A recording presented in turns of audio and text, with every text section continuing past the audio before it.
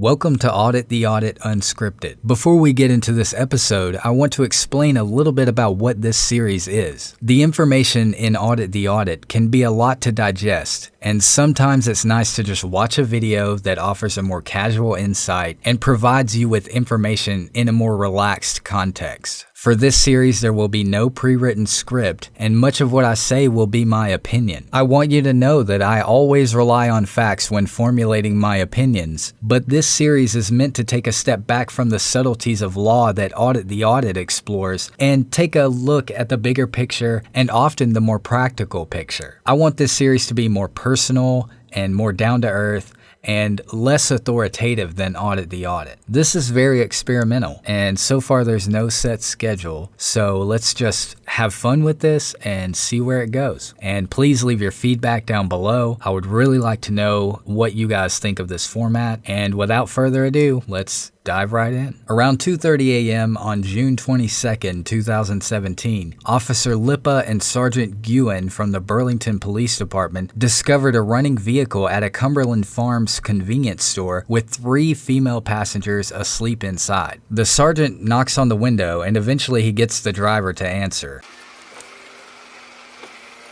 Hi there. Hello. Sergeant Winburn, the police. How's it going? Good. Just checking on you, like you all passed out here. Are you guys okay? Yeah, no, we haven't been here that long. You haven't been here that long? No. Okay, why are we passed out here? Just someone use the bathroom or something. Use the bathroom? Well, nobody came in to use the bathroom.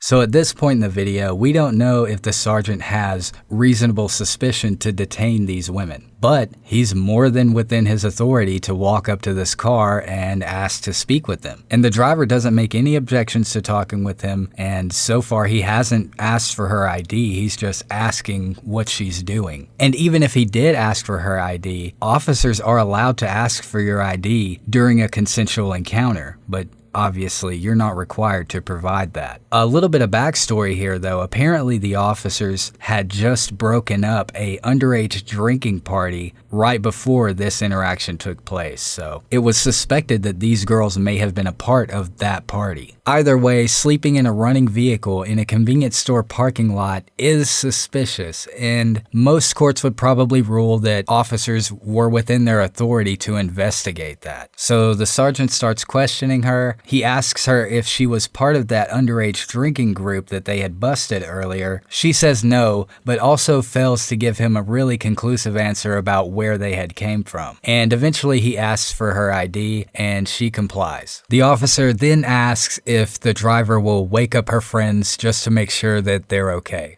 Can you wake them up? I just want to make sure that they're safe. Yeah, they're trying to wake up, but I'll wake Do I need to call rescue for them? up. No. No? No. I couldn't have noticed you appear a little bit dazed. I mean, are you feeling okay? Me? I was just feeling a little sick. I haven't eaten. Okay. Yeah. Is there any reason you need me to call rescue for you? No. Okay. All right. Only 18 minutes of body cam footage was released, but this interaction took place over the course of over an hour. The body cam footage that was released doesn't show when the officer extracted the passengers from the vehicle, but once they did, they met 18-year-old Logan Heisman, who was the passenger in the back seat. The police also found several bottles of alcohol and a smoking device inside the vehicle. We're calling your parents. We're calling your parents. 802 911 911 911 911. She's making harmful statements. 911. That's my number.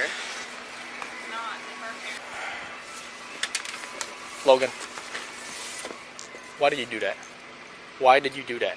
So, in case you missed that, Miss Heisman jumps up on the car, grabs the smoking device, and throws it back into the vehicle. And the officer reacts by asking her why she did that. It was reported that the full video of this interaction included segments where Miss Heisman was doing cartwheels, standing on garbage cans, and just overall disobeying the officers. The officer's tolerance of Miss Heisman's conduct is mind-boggling, and it makes me wonder if her her or her father have some kind of connection to the department. The officer somehow managed to contact Miss Heisman's father, and the sergeant steps away to call him. And at one point during the call, the officer makes some interesting statements about Miss Heisman's mental health. And then she had made a statement that she's going to be dead in like 15 days and stuff like that, which is concerning to me. I get it.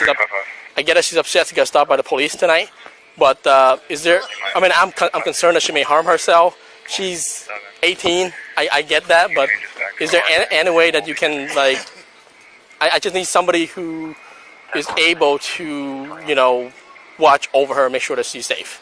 A lot of interesting legal concepts come into play when mental health enters the equation, such as whether or not Miss Heisman is considered an adult, whether or not she's been previously diagnosed with some kind of mental condition. There are a lot of variables to what can take place and what authority the officer has over Miss Heisman in that moment. In some states, your mental status alone can justify probable cause and even an arrest, especially in states like Florida where they have the Baker Act. This is another element of why it's so important to keep your emotions under control when interacting with any authority figure, especially in states with heavy-handed mental health legislation. In some states, one emotional outburst could land you in a mental health facility, and oftentimes those institutions are much worse than jail. Miss Heisman's father agrees to come pick her up, and the officers decide to detain her until he arrives, but she doesn't agree.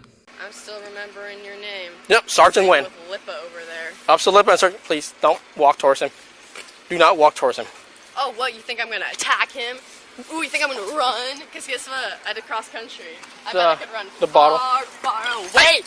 Miss Heisman grabs one of the bottles of alcohol and attempts to flee, but the officers quickly restrain her. Miss Heisman kicks the sergeant and struggles as they handcuff her and place her in the back of a patrol car. She was charged with disorderly conduct and assaulting a police officer and ended up going to jail. After she was released from jail, Miss Heisman took to Facebook and alleged that the officers sexually assaulted her during her arrest. Burlington Police Chief Brandon Del Pozo claimed that Miss Heisman's allegations were unfounded and released a statement to NBC5.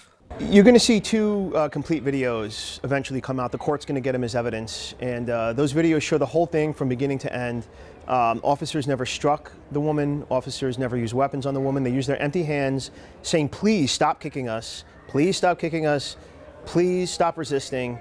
I think that that's going to be entered into the public record, and it's going to show that our officers not only didn't use excessive force, but in the events that led up, they were incredibly restrained as well. Miss Heisman's actions also spawned the hashtag Logan Heisman on Twitter, with most of its users condemning her actions. Overall, the officers in this interaction did a relatively good job, and I hope that their patience and due diligence that they employed during this interaction translates to every other interaction that they have with citizens. I want to believe that these officers have this type of patience with everyone that they encounter, but something tells me that Miss Heisman had connections that the average person doesn't have. I don't know these officers, and I have no reason to believe that they wouldn't be just as professional with everyone else that they encounter, but many men have suffered dire consequences for much less than what Miss Heisman got away with during this interaction. And that raises a lot of valid questions about police psychology, subconscious biases, and racial privilege, none of which have clear answers. In the end, Miss Heisman did get herself arrested, but whether or not justice was served is debatable. That's going to be it for this episode. I hope you guys enjoyed this, and I would love to have you back for another one. I enjoy making these casual videos, so be sure to let me know what you think, and we'll see you next time. Thanks.